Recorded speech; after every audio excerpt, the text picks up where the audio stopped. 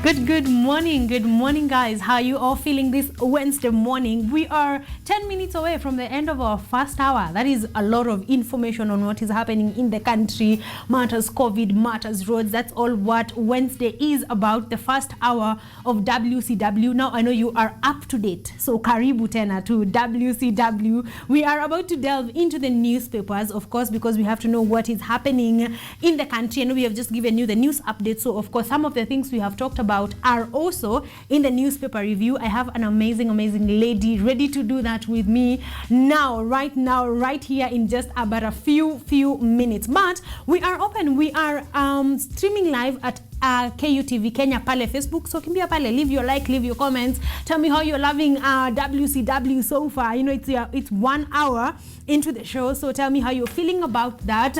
And let me know, what you're feeling about every other story that we are giving you and everything that is happening in the country. When we are done with the newspaper review, we are going to jump to our topic of the day, and we will be talking matters parents co-parenting their kids while they are in school. So stay on the lookout for that one. But we will be right back after the newspaper review. We just need to listen to one good song, feel good about it, and then we will actually get to that. But even before we go there, we have a feature on assistive technologies, and the advancements of assistive technology is slowly giving people living with disability a chance to be included. Many innovations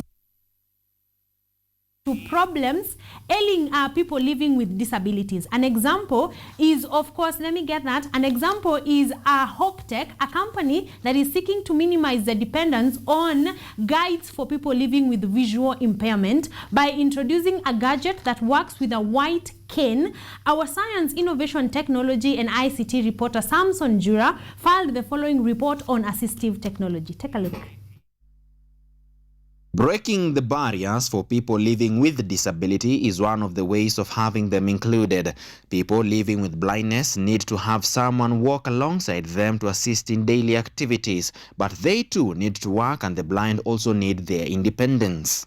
With the help of the white cane, which is a collapsible stick normally white with red or black accents, visually impaired persons can move around with minimal help, but these are not efficient because they help the person feel the surface but not detect it. Hence cometh the fourth eye, an innovative solution for visually impaired persons to help them move around for far distances.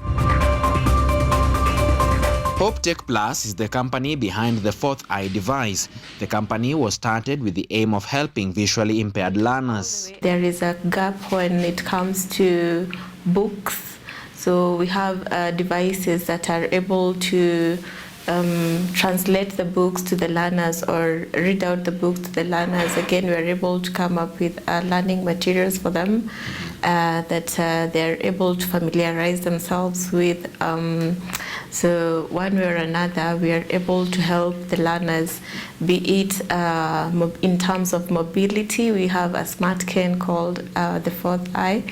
The fourth eye is a smart device attached to a normal white cane, normally with sensors to help detect obstacles and barriers. When the user comes close to an obstacle, the device vibrates, warning the user of a potential hazard. Also, it works when a moving object approaches. This technology is similar to the one used on vehicles for assistive parking. Lilian Jerry Kenywa, a resident of Nairobi's Buruburu estate who has been living with visual impairment since 2018, explains how the fourth eye has helped transform her life. For some time when I lost my sight, I was even afraid of stepping out of the gate. But with this device, I'm able to confidently walk out with it and even go to the shops.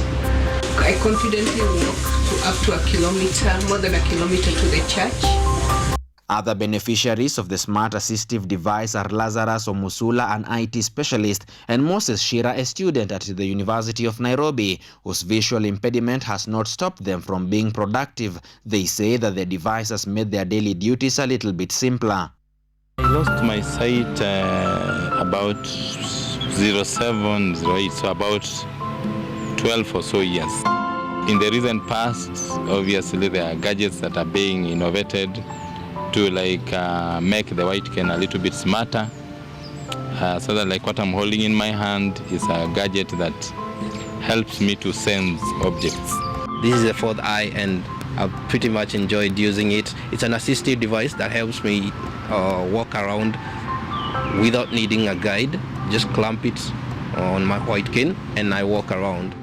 The device is very simple even in its construction, meaning it is easy to repair in the event it is damaged. It uses a rechargeable battery which could last a month on a full charge. The device is also easy to use that even children living with visual impairment can use it.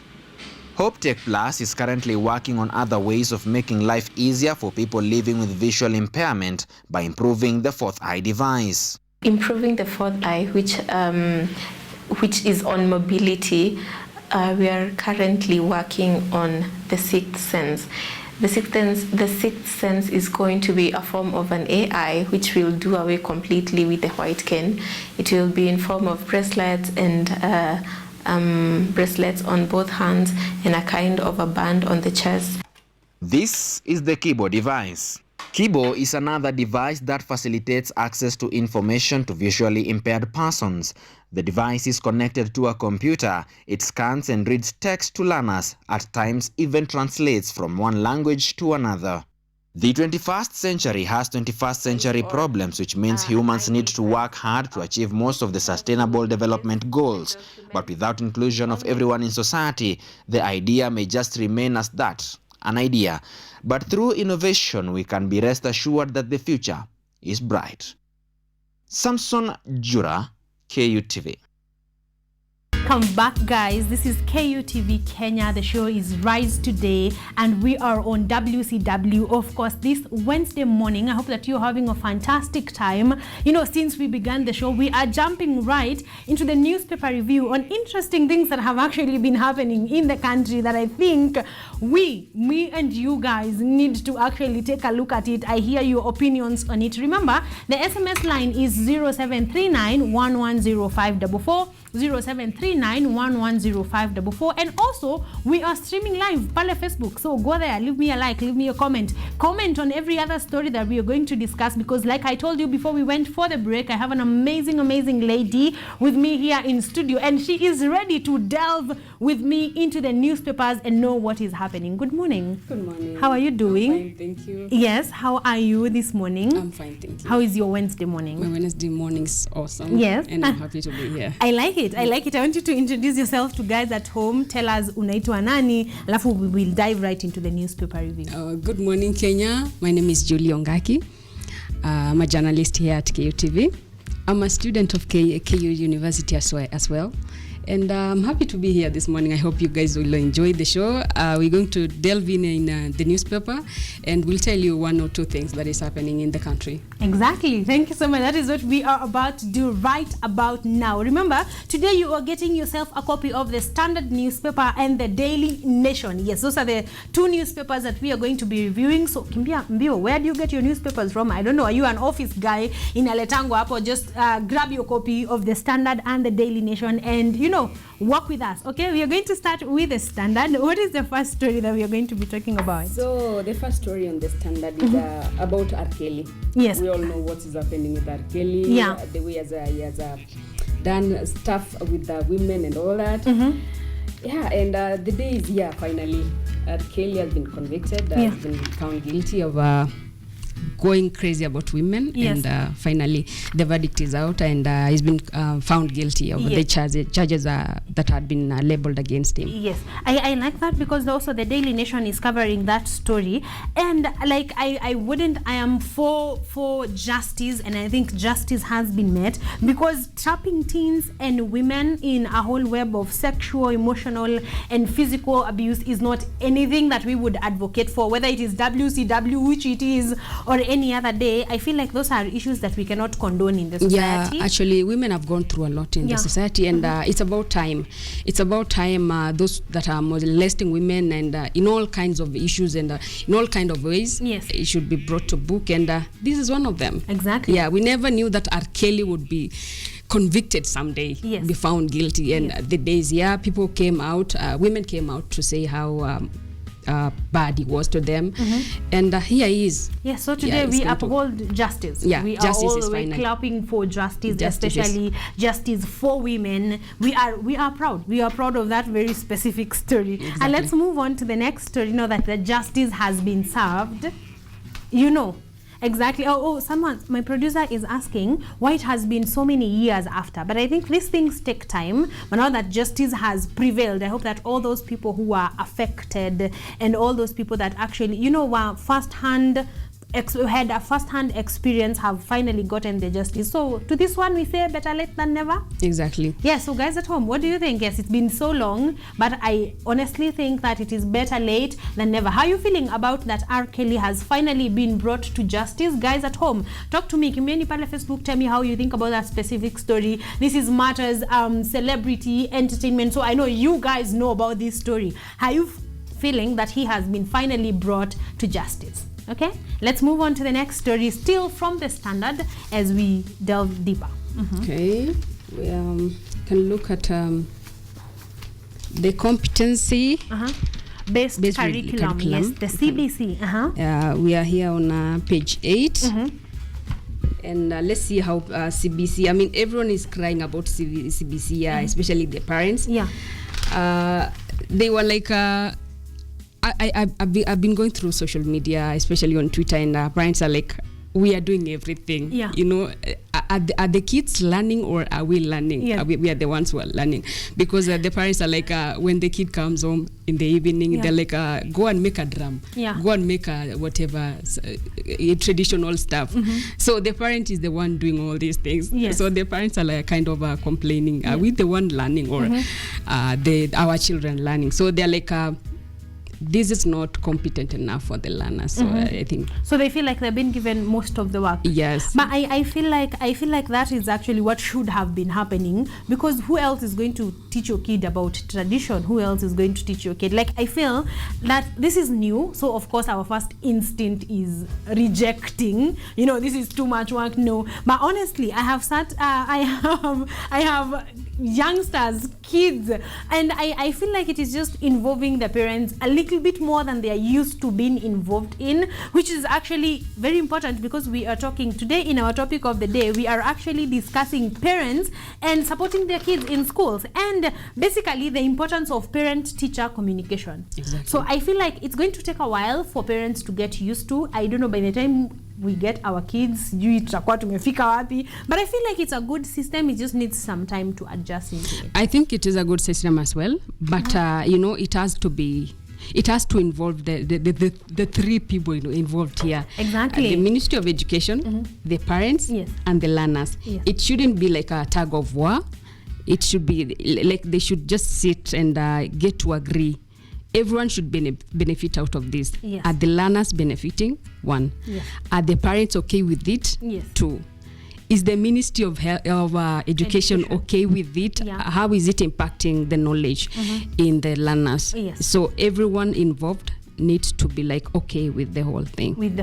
Yes. I feel like that will take a bit of practice for them to actually get in line with it. But I am all for CBC. That's all I would like to say. Guys, what do you feel? Especially parents that are watching. I would honestly want to hear from you. Is it too much? Because I'm not a parent yet. I honestly cannot speak for parents because I'm not one yet. Is it too much? How are you feeling? Is there any improvement on how your kid is handling stuff? Because the goal of CBC is to raise an all-round individual.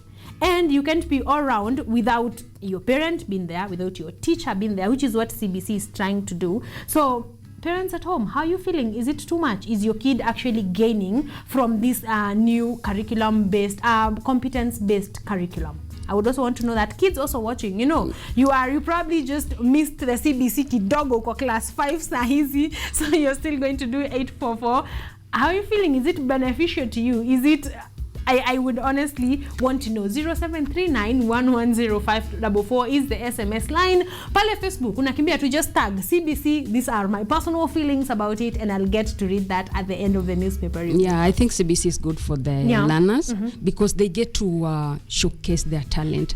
Unlike before when we were being told, go do this. You're not even okay with, going to take some some course in university. Exactly. You just go there because the system wants you to go there. Exactly. But with CBC, I think it's good because every child is going to bring out the best in them, who they really are. Yes, So, and it has redefined the meaning of success. I mean, now we are not just going to, you need to be a doctor, a lawyer, a teacher. That is, the definition of success has actually changed Exactly. for the CBC. But again, we need time to see the fruits of the CBC. So all we can do is wait and bring you developments as they develop on matters CBC. Exactly, Thank you so exactly. much for highlighting that specific story. Thank you. So you can see again.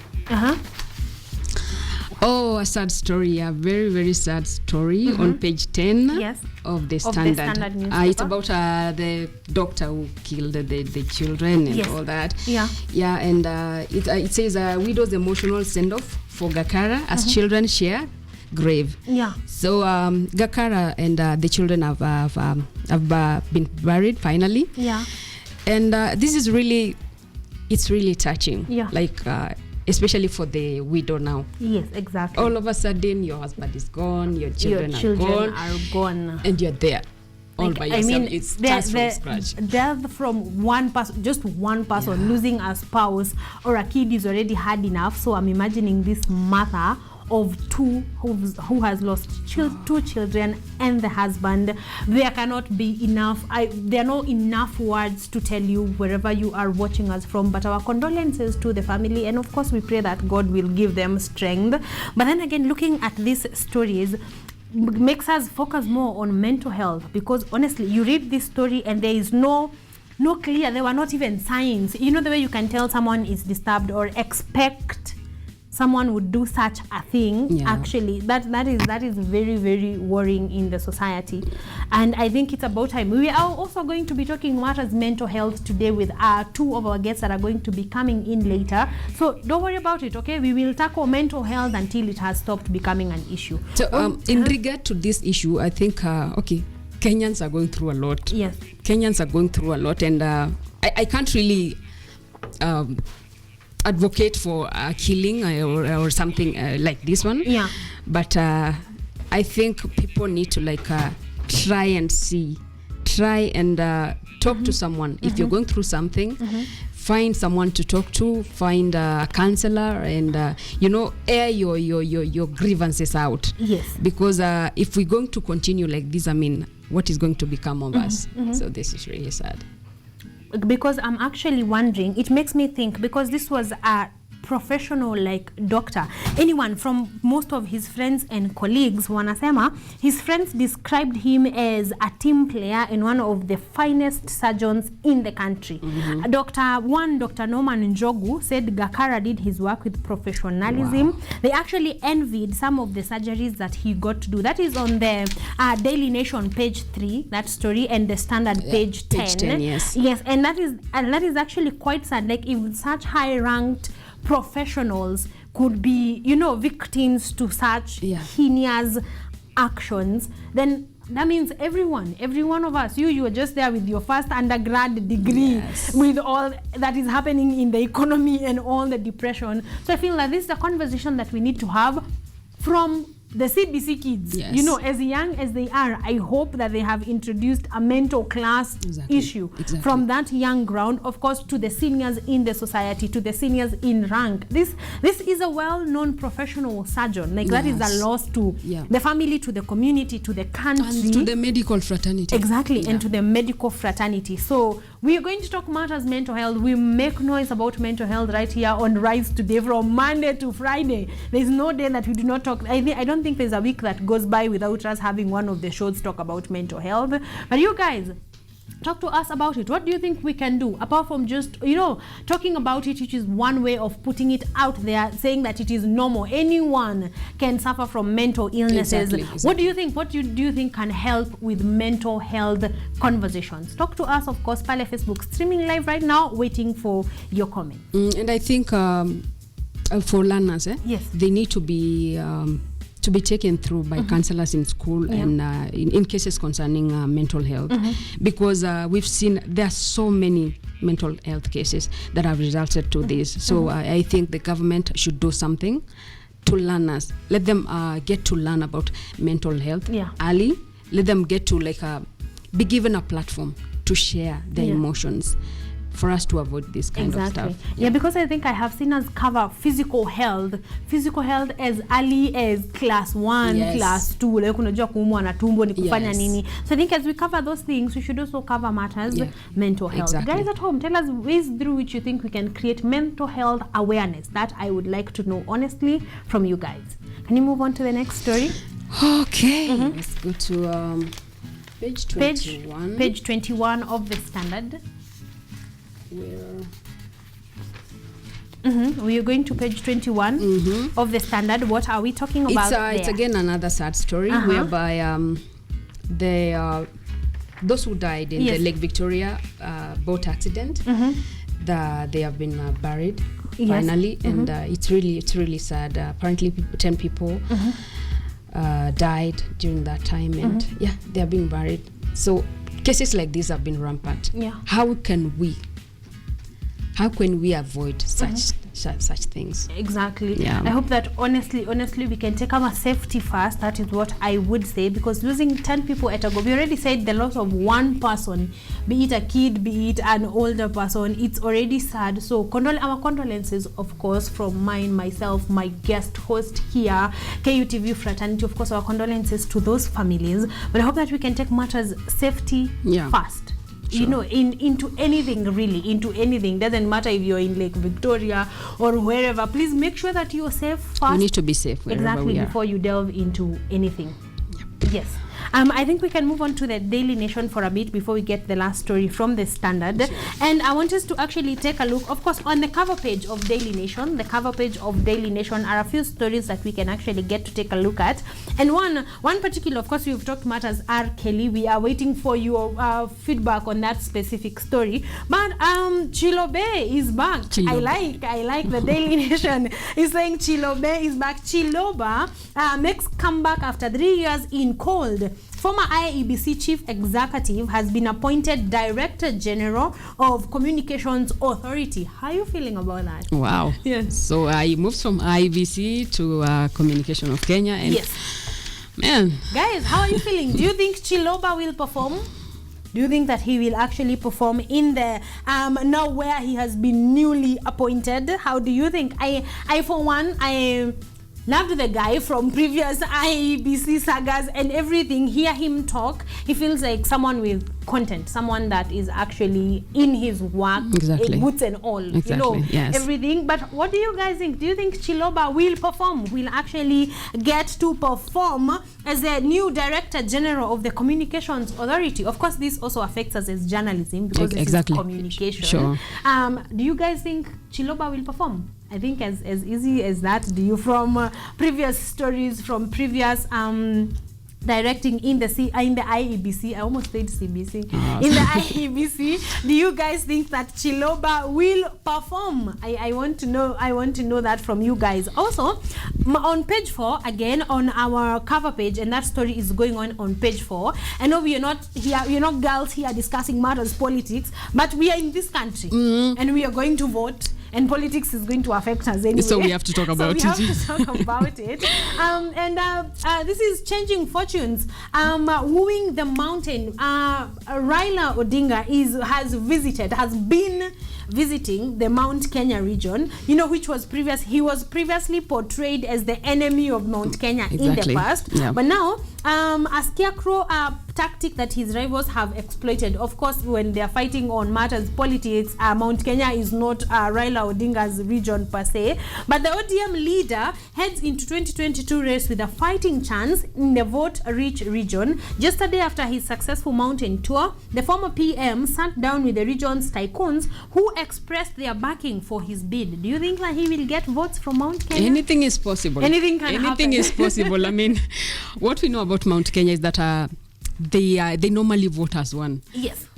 So whoever they back up. So whoever they back up, yes, that guy has a lot to. Exactly. So if he actually manages to convince the Mount Kenya region, I think he will get a couple of votes from there, because we tend to vote a lot as a group. Yeah. Like they move as a group of people. Yes. What do you think? Do you think Raila Odinga is going to win the heart of Mount Kenya? Do you guys think that? Remember, you are talking to us. Will he? Will he? Do we have one of our Mount Kenya region leaders heading to the lake side of the country? Are we?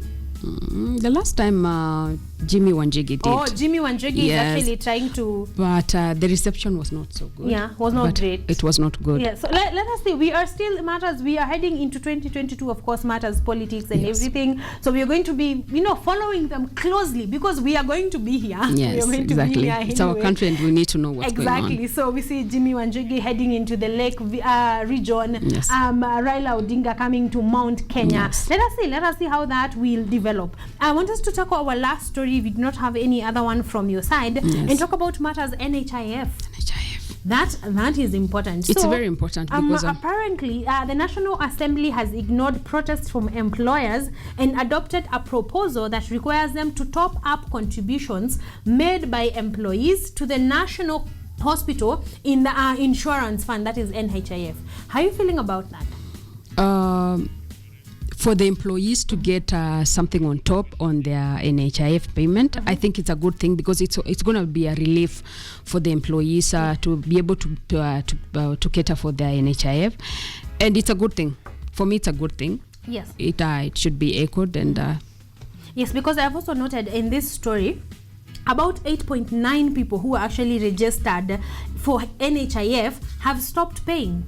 Because some jobs require you to have NHIF. Exactly. So we have been taking it, most citizens have been taking up NHIF because it is a necessity, but not really willing to keep paying year after year. So now there is actually a way for citizens to be helped to pay NHIF from their employers, like to be topped up. It would be so nice because, I can't really blame the people for not keeping up on NHIF payment because times are tough. Exactly. Times are really tough, and I think this move will help a lot for every citizen to have an NHIF account or card or ability, to be able to use NHIF, because now when they are consistent, they will be able, in times of need, it comes in really, really very handy. And now that we are on WCW, we talk to women kidogo. If you are a lady out there and you are expectant, number one is to get your NHIF in order. Like the way you're told to go to see your OBGYN before the first 3 months. Like as soon as you realize, it comes in so handy, especially ladies who deliver via C-section. It is expensive, and NHIF comes through. It comes through so much. You find you had a bill of 50,000, 70,000, and all of it is cleared just like that. So that's good. Everyone should just take the NHIF cover, and I endorse this. Yes. Guys, do you have an NHIF I want to say, yes, cover. Do you? Are you up to date with its payment? Has it helped you? In what situations has it really come in handy? That is the conversation that I want us to have. Pale Facebook, pale kwa comment section. The number is 0739110544, and also we are streaming live pale Facebook. So the last of our stories that we have covered is on matters NHIF. Do you have an NHIF cover? And if yes, are you up to date? And if yes, has it helped you in a number of times? I want you to say your final remarks. Remind us your name. You have had such an amazing time, and I have loved it. So talk to guys at home. You will be back. You will definitely be back here. So what do you think about the general situation in the country? The general situation in the country is that people are going through a lot. Yes. And it's my call to the government to get to know how are the people faring. Get to bring the situation back to normal, because most Kenyans cannot even afford basic needs. So I want the government to get to know what Kenyans really need and take care of your citizens. Exactly. This is what I'm saying. Thank you. So government of Kenya, please take care of your citizens. We are out here suffering. Yeah, exactly. So if you can get matters, basic needs back in check, that means food, shelter, and health care. If those Exactly. things can be taken care of, we will be very happy. Thank you so much for joining me today, my dear. It has been a definite pleasure. I hope I will have you some other time. Sure. It has really been inciting. Guys, you can contribute and of course get yourself a copy of the Daily Nation and the Standard. Get to take a look at what is happening in your country, how you can contribute or how you can actually contribute to some of these matters that are happening, and to get an opinion on what is happening generally. This information is definitely important. Thank you so much, guys, for joining us. That was our newspaper review.